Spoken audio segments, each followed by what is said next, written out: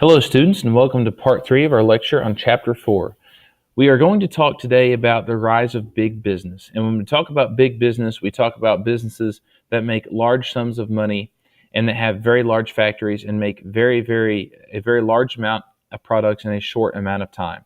Now, the way this worked before industrialization is that businesses were typically owned by one person or by one family, and goods were bought and sold locally within a community.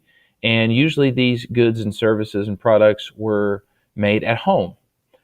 After industrialization, that changed. Business leaders began to combine their funds and their resources to make huge companies and corporations.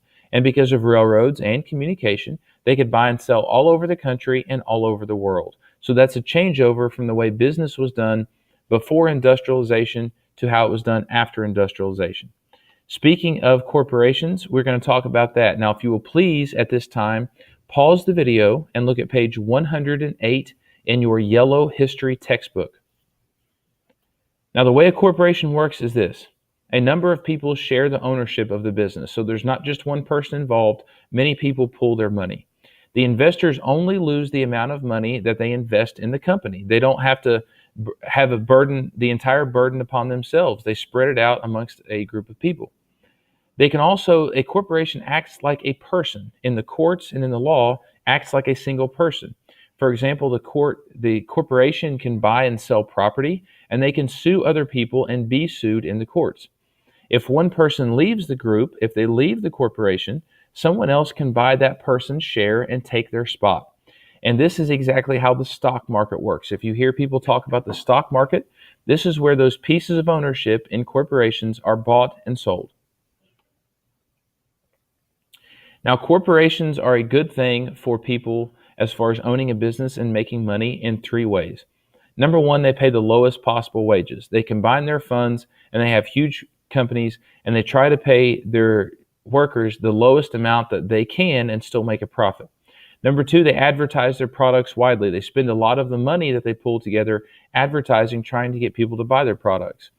And number three, they fund research laboratories. These are laboratories that develop ways to make their product better and more efficient so the corporation can make more money. Now, one negative side effect of this is the monopoly. A monopoly is when one person or business has complete control of a product or service and there is no competition. Now, this is bad because when there's no competition, whoever owns the monopoly can make the product as poorly as they want to, and they can charge you as much money as they want to for the product because there's no competition. There's nowhere else for you to go. Therefore, in today's day and time, monopolies are illegal. Likened unto a monopoly is a cartel. A cartel is when businesses making the same product agree to limit their production. So this is a monopoly by a few companies that share portions of the market, so each of them make a lot of money. Now, speaking of monopolies, we're going to talk about John D. Rockefeller, which was an oil tycoon of the late 1800s and early 1900s. He started what was called Standard Oil Corporation, and at one time they controlled 90% of all oil in the United States. He was one of the world's wealthiest people during his lifetime.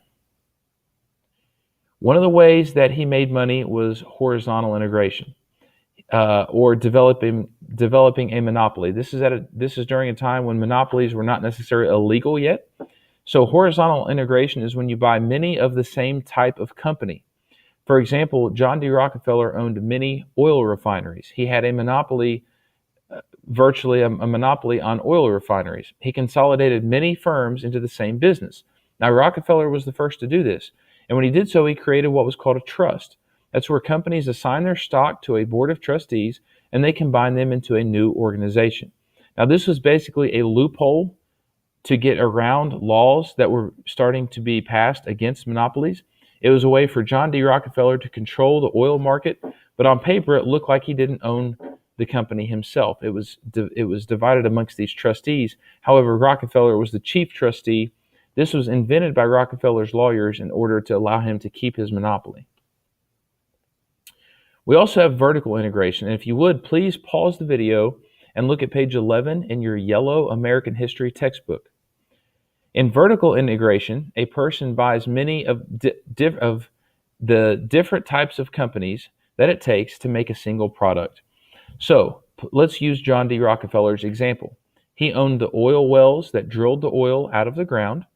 He owned the refineries that turned the crude oil into gasoline and kerosene and other usable products.